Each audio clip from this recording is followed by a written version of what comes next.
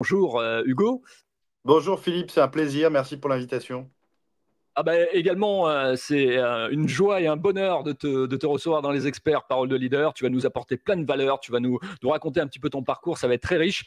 Et donc, toi, tu commences par le théâtre, en fait. C'est le théâtre qui t'amène à pouvoir, je dirais, apprendre à mieux t'exprimer, à prendre confiance en toi.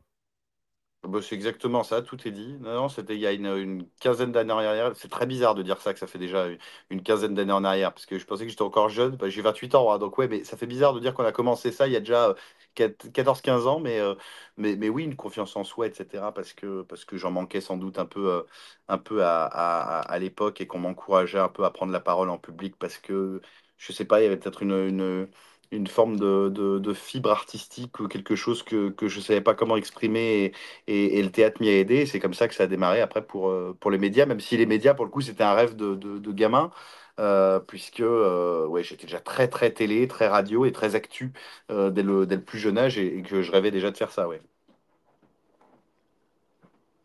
Alors, c'est vrai que dans notre métier, on a tous une habitude, c'est le mimétisme. Moi, je sais que quand j'étais gamin, par exemple, j'écoutais les publicités à la radio et je regardais les publicités à la télé, et puis j'essayais de faire Mm. pareil. Voilà. Hein, par la suite, bon, j'ai eu la chance de faire de la voix off, etc.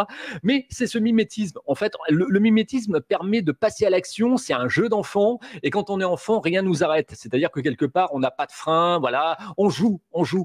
Est-ce que tu as eu Ouais. le sentiment, parce que je sais que tu es un fan de comment il s'appelle, de celui qui était avec Ardisson, là, ça y est, j'ai Ah, mais bouffé le nom. non, non, mais On en a alors là, parlé effectivement, bien sûr, en off tous les bah, deux. de Bafi, Euh, parce que j'ai commencé comme ça, parce que j'ai commencé en sniper après à la radio.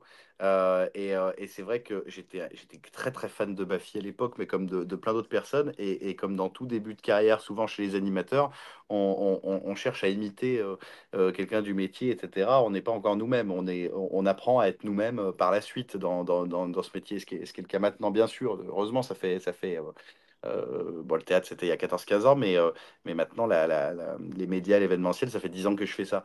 Mais les premières années, bien sûr, on a envie de ressembler à ceux qu'on aime regarder à la télé, bien sûr. Et c'était le cas avec Baffy à l'époque. Bonne réfé. Tu as beaucoup été bien informé, dis donc. C'est... Et, et d'ailleurs, Jordan, qui est sur C8 aussi, en fait, a voulu un peu forcer la main, et c'est Baffy qui l'a mis un peu devant je dirais, ses propres limites. Voilà, il l'a provoqué et Baffy a réagi. Et à partir de ce moment-là, ça l'a lancé dans Jordan Deluxe. Donc, voilà, comme quoi, des fois, c'est une rencontre, hein, dans nos métiers, ou comme d'ailleurs dans tous les métiers, tout est à la base d'une rencontre. Il y a quelque chose qui devient un starter, une sorte de propulseur, et à partir de ce moment-là, ça part souvent effectivement à la base d'une rencontre. C'est parfois vrai, c'est parfois vrai. Bon, c'est pas, je vais vous dire, il y a jamais dans ce métier, il y a pas un seul, il y a pas un parcours précis à suivre. Si vous regardez un peu les carrières, les parcours de chaque animateur, etc., il y a que des parcours différents quand même. Il n'y a pas une méthode, il n'y a pas un chemin à suivre. Il y a que des parcours très très différents. C'est très aléatoire. C'est aussi pour ça que j'ai pas de plan de carrière. J'ai aucun plan de carrière par rapport à ça. Je ne sais pas ce qui va se passer plus tard. Parce que s'il y a bien un truc que j'ai appris en 10 ans de métier, c'est que les choses se passent rarement comme on les avait imaginées. Donc selon, moi je fais mon métier dans mon coin, j'emmerde personne. Et après, c'est selon les opportunités qui se présentent, j'y vais ou j'y vais pas. Mais il y a pas une bonne façon de faire les choses. Il y a que des chemins différents pour construire un parcours dans ce métier-là.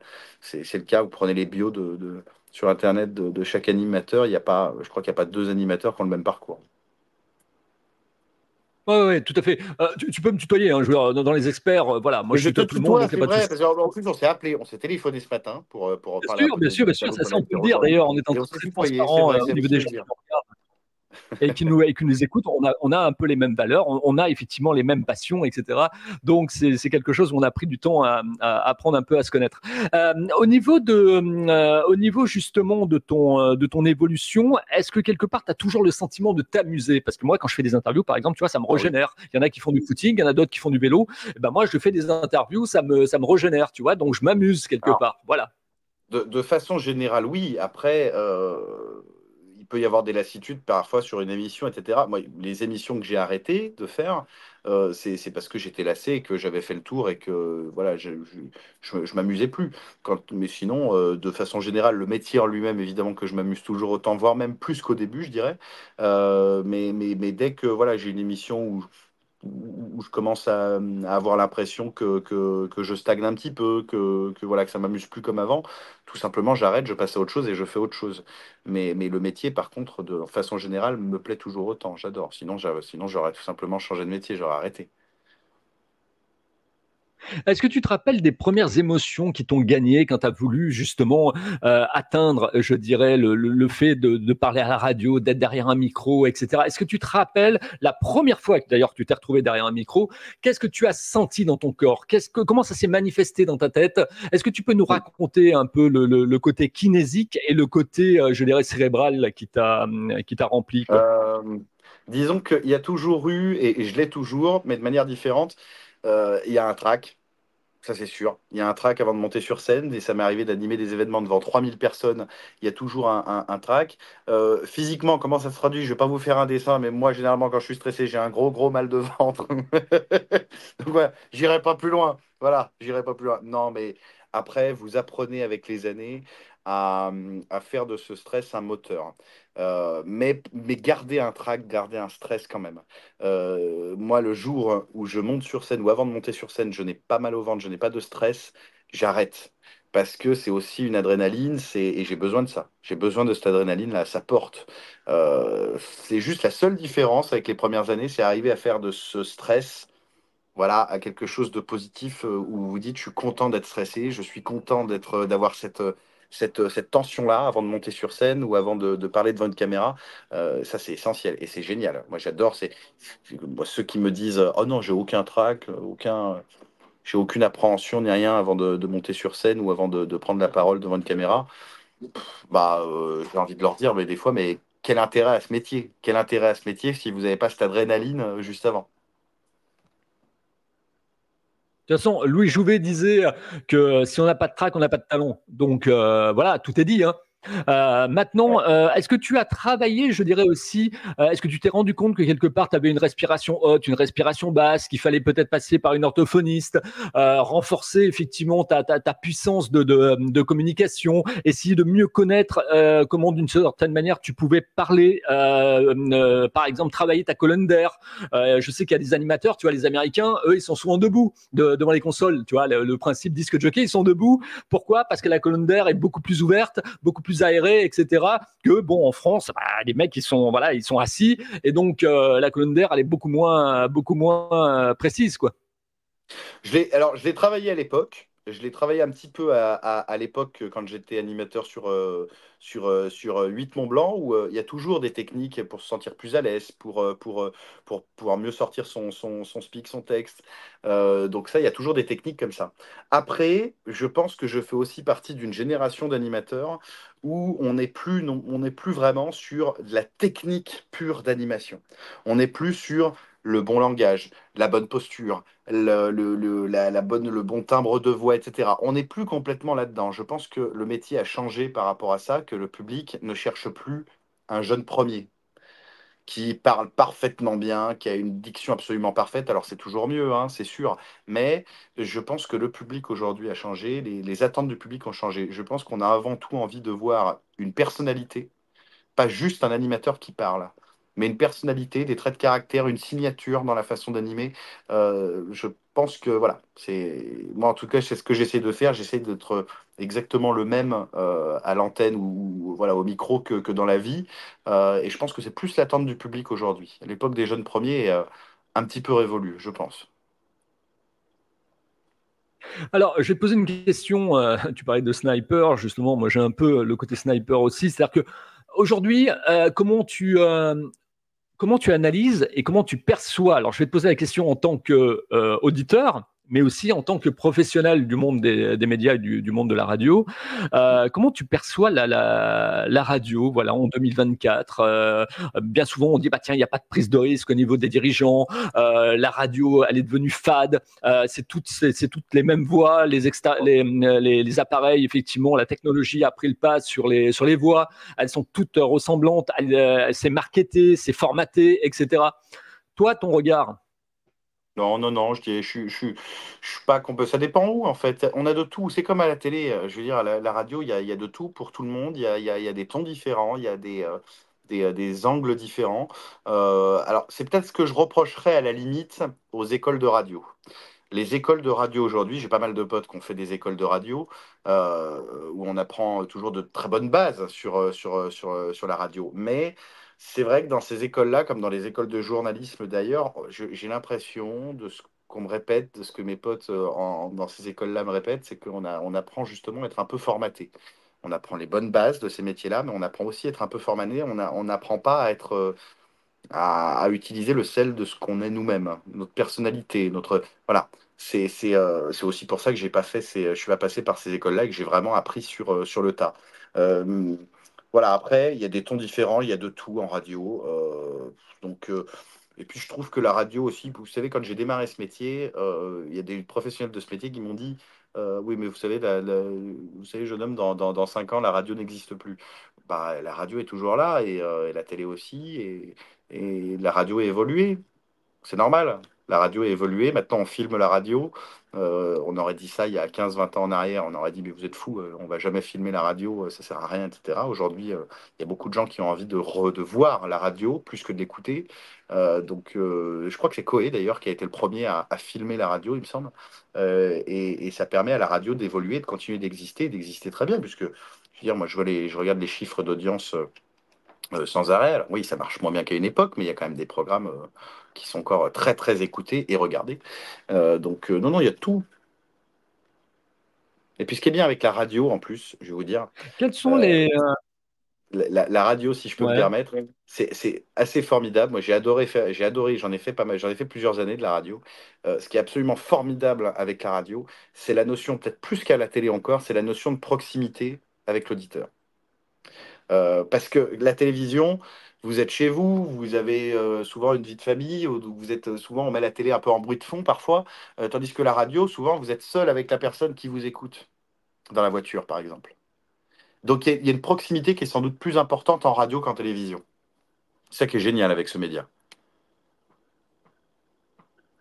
Oui, et puis on retrouve ça aussi dans le podcast, c'est-à-dire que quelque part, il y a vraiment un storytelling, il y a de l'empathie, voilà, on s'adresse à la personne. En radio, on imagine une personne, voilà, qui est proche de nous, et puis on s'adresse à elle. Et cette personne-là Ouais, devient effectivement le personnage le plus général, je dirais, de l'impact et de l'identité de la marque de la radio. c'est Mais, vrai. euh, mais c'est vrai que je me souviens avoir interviewé Jean-Luc S, par exemple, Jean-Luc S, les 100 ans de la radio, l'ex-président du groupe Radio France, bien évidemment, qui a été correspondant à Washington également, et puis qui faisait l'émission Synergie sur Inter.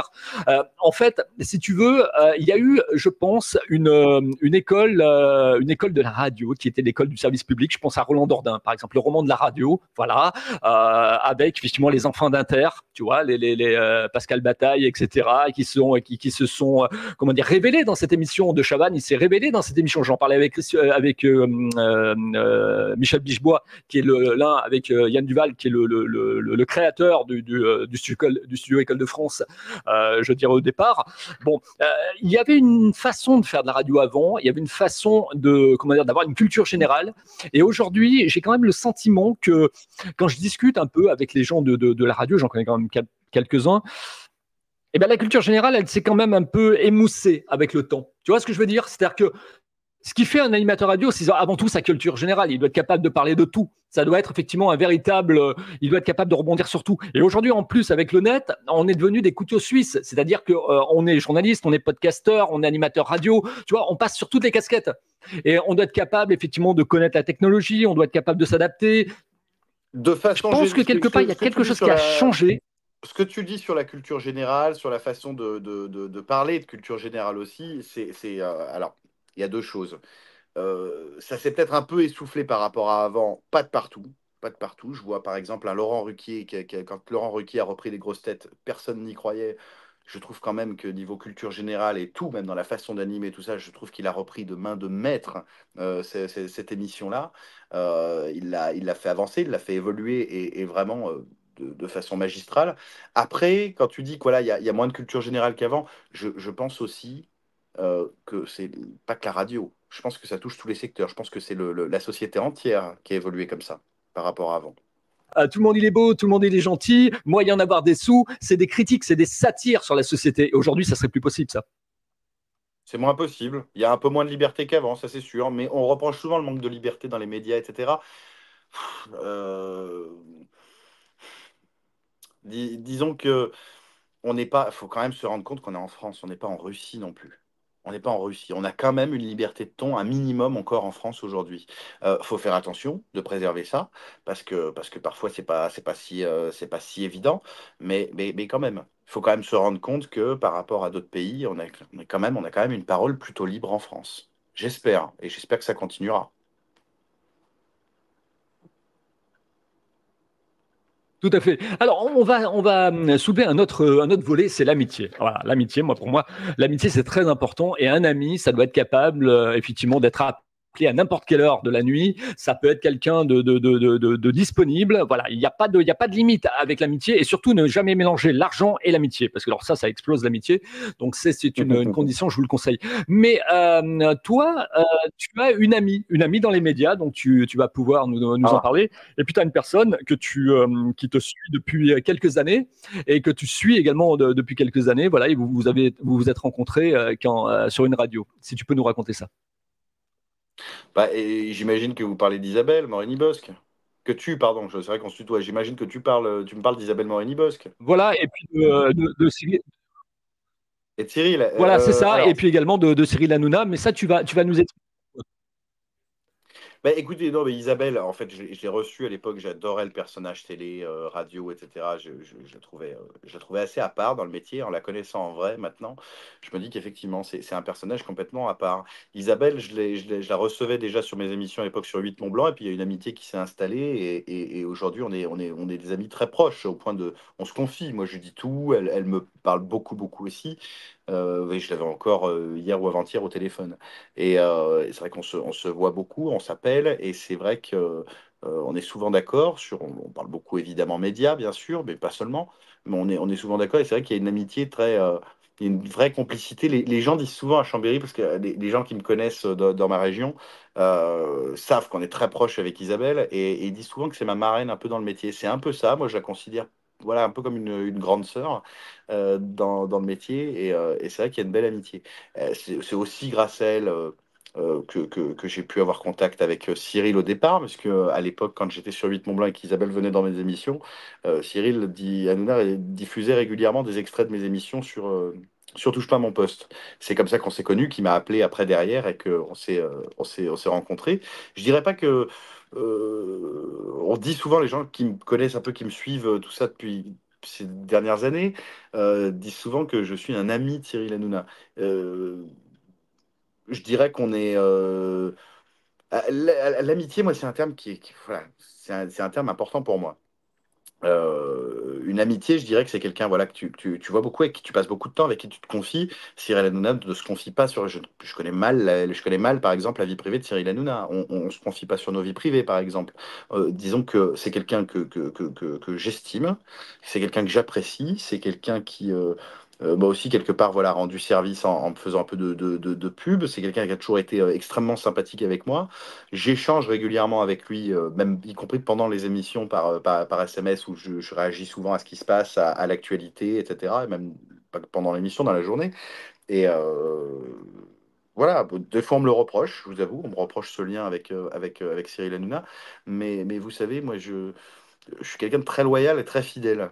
Donc, si vous voulez, quelqu'un qui ne m'a jamais fait de mal, qui a toujours été sympa avec moi, et qui m'a aussi rendu service quelque part, je, je, je cracherai jamais dans la soupe. Ça, jamais. C'est pas mon éducation. C'est pas comme ça que j'ai été éduqué. Et puis, honnêtement, quand je vois tous les titres de presse contre lui, c'est pas vraiment je reconnais pas le Cyril que je connais. Je l'ai vu encore la semaine dernière. J'étais à Paris à la Canal Factory la semaine dernière.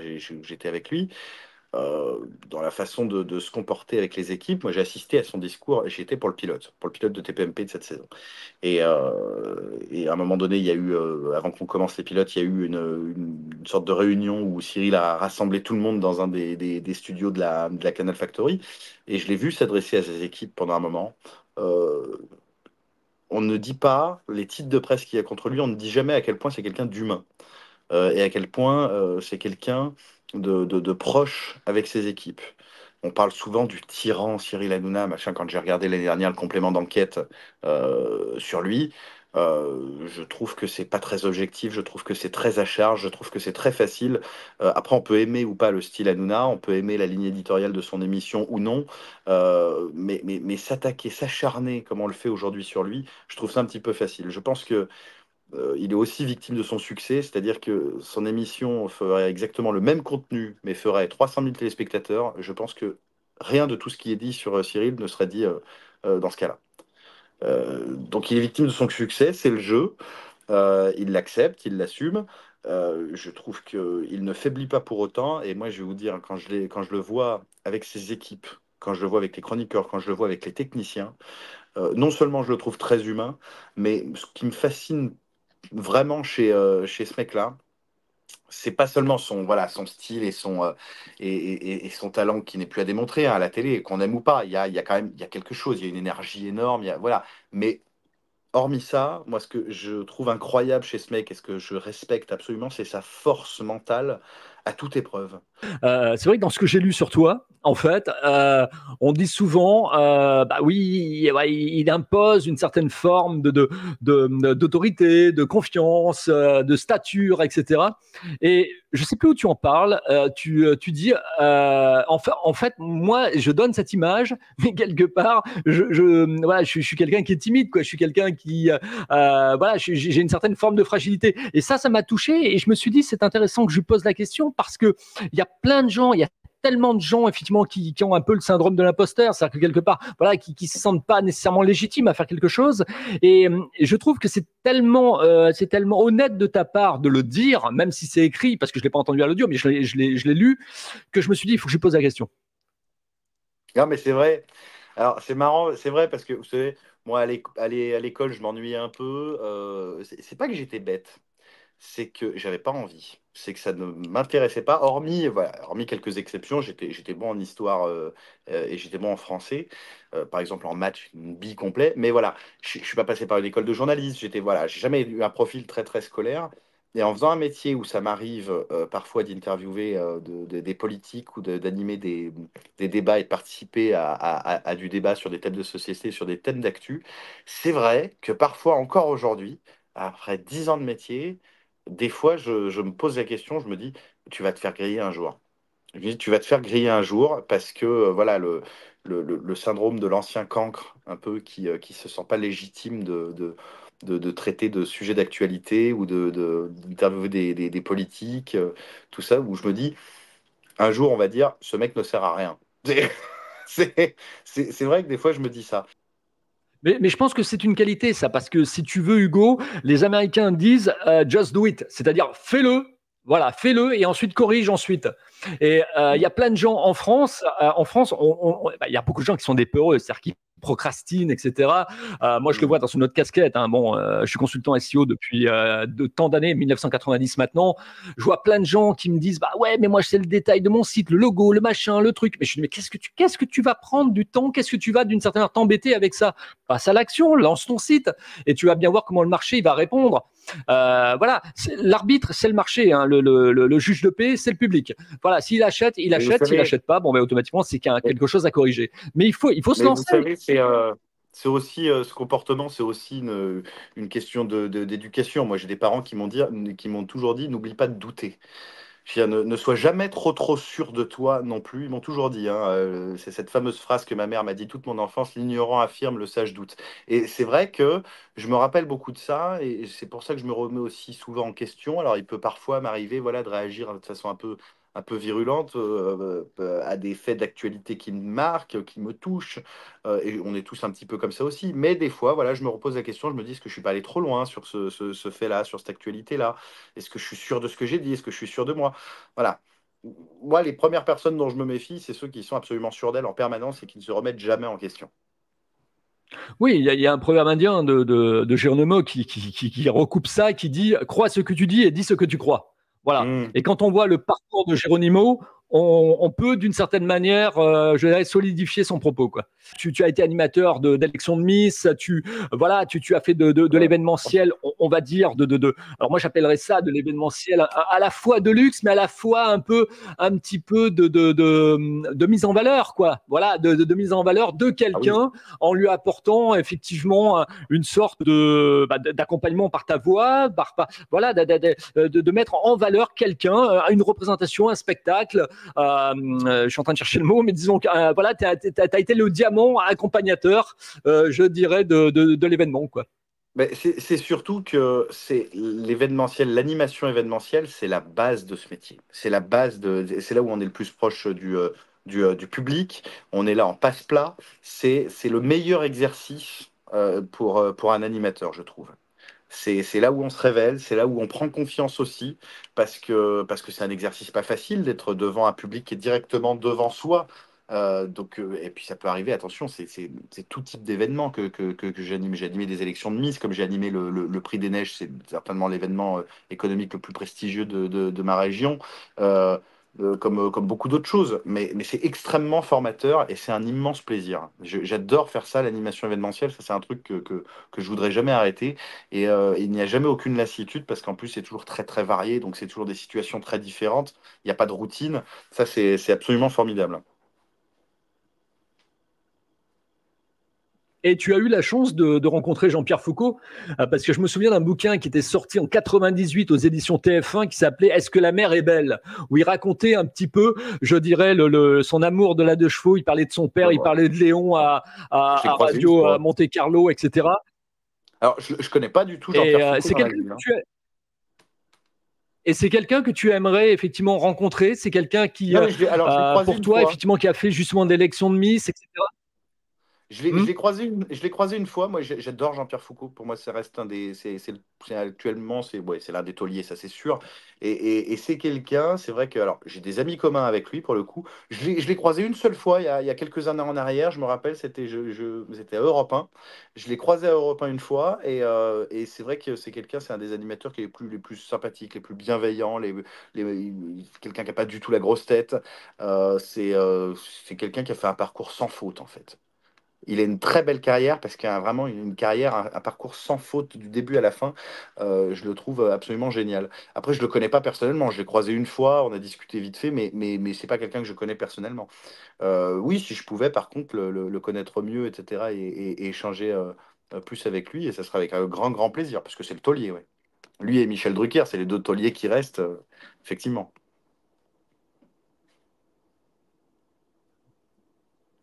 Oui, et puis il a été le complice avec Cyril Hanouna, je crois, sur RTL les matins. Donc, Oui, puis sur Europe, une sur très très Europe belle aussi. émission aussi.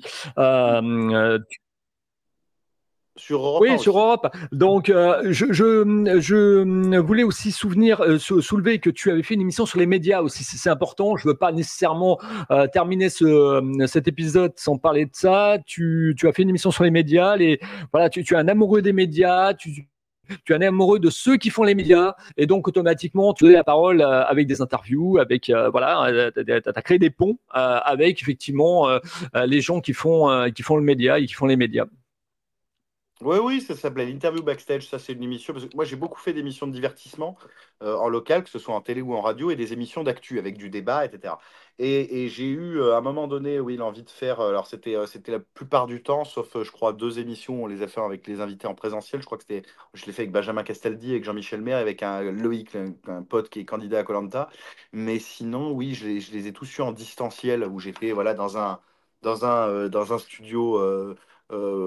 Préparé pour, et c'était de l'interview sur les gens des médias. Donc à chaque fois, j'ai eu Ruquier, j'ai eu Christine Kelly, j'ai eu J'ai eu Pierre-Jean Chalençon aussi, j'ai même eu Jean Lassalle, pour vous dire. Je pense que c'est mon invité préféré, Jean Lassalle, que j'ai eu plusieurs fois aussi en interview. Mais comme j'ai eu, je sais plus, j'en ai eu pas mal dans l'interview backstage, j'ai du mal à me rappeler de tous les noms, mais j'en ai eu quand même quelques-uns. Et c'est vrai que c'était des interviews qui étaient un peu, qui parlaient des coulisses des médias, des coulisses des médias, des gens que j'interviewais, et aussi de l'actualité média du moment à chaque fois. Ouais, j'ai fait cette émission. J'ai bien aimé, c'était très bien. Bon, on va pouvoir effectivement refermer cet épisode. Alors, de toute façon, maintenant, je vais te poser la question en marqueur des experts, celle que j'ai posée à plus de 1000 invités depuis le départ, effectivement, de cette émission, le 01 2020.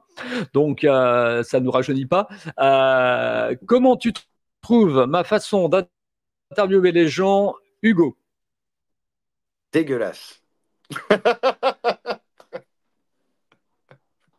Pas du tout. C'était très bien, Philippe. C'était très bien. J'ai passé un très bon moment parce que moi, je pourrais papoter des heures quand on parle média. En plus, moi, je pourrais passer des heures à discuter. Et puis, on se connaissait pas avant. Il y a quelques jours, tu m'as contacté il y a quelques jours. Je te connaissais pas. Et la première chose que je te l'ai même dit au téléphone, la première chose que j'ai repérée chez toi, c'est la voix. Tu as une vraie voix de radio. Je te remercie. Ouais. Ah oui. Mais c'est vrai, qu'on me le dit souvent, ça, on me le dit souvent. Et puis, il y a les inflexions dans la voix, dans la tessiture. Moi, on me dit souvent, j'ai des inflexions un petit peu, des tonalités à la l'ermite. Et toi, je te l'ai dit, et les gens ont dû s'en rendre compte, tu as effectivement des inflexions de tessiture à la Benjamin Castaldi. D'ailleurs, on salue Benjamin Castaldi si on regarde cette vidéo. Ah purée. Mais alors, il le prendra pas mal, je pense, j'espère. Mais j'espère que j'articule mieux. Mais non, mais en plus, je m'entends très bien avec Benjamin. J'étais avec lui, j'ai animé un festival de cinéma il y a quoi, il y a 2 ou 3 mois où il était là. Ça faisait quelques temps que j'avais pas vu et ça m'a fait très plaisir de le recroiser. On allait se boire un coup ensemble parce que vraiment, c'est quelqu'un que j'aime bien, que j'apprécie. C'est un vrai bon gars. Un vrai bon gars. Je le prends bien, mais vu que c'est vrai que ces dernières années, il s'est pas mal fait vanner, entre autres par Cyril aussi, sur sa diction, j'espère que ma ressemblance avec lui ne concerne pas la diction. Benjamin, c'est un personnage de toute façon.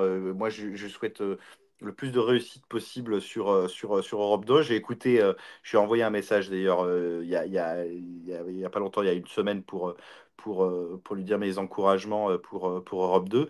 Et c'est très bien. Moi, je suis très content de là où il est. Et j'ai écouté sa matinale l'autre jour. J'ai pu l'écouter une fois depuis qu'il a commencé parce que souvent, j'admets, je fais une petite infidélité, mais souvent le matin, j'écoute la matinale d'RTL en général.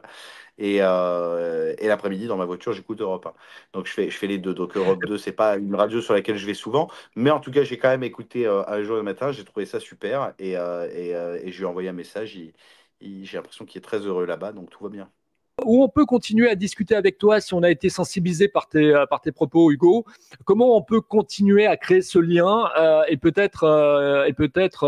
voilà, te proposer des choses si on est un professionnel des médias, peut-être aussi simplement réagir à l'interview et te dire voilà comment la personne t'a trouvé. D'ailleurs, je vous invite à laisser des commentaires et à vous engager en mettant des pouces bleus sur YouTube et n'hésitez pas à nous dire effectivement si vous aimez ce format, si vous aimez effectivement entendre des gens comme ça, des médias qui parlent de leur métier, n'hésitez pas à le faire. Donc, où on peut continuer à discuter avec toi. Oh, bah, sur les réseaux, sur Instagram.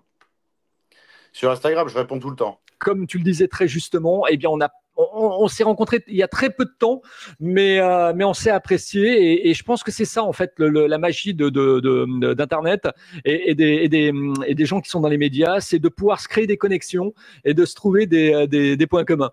Voilà. C'est vrai. Merci de votre fidélité. Je vous invite également à regarder la prochaine vidéo qui sera sur la partie droite en haut de cette vidéo des experts et vous allez découvrir un nouvel invité. Voilà.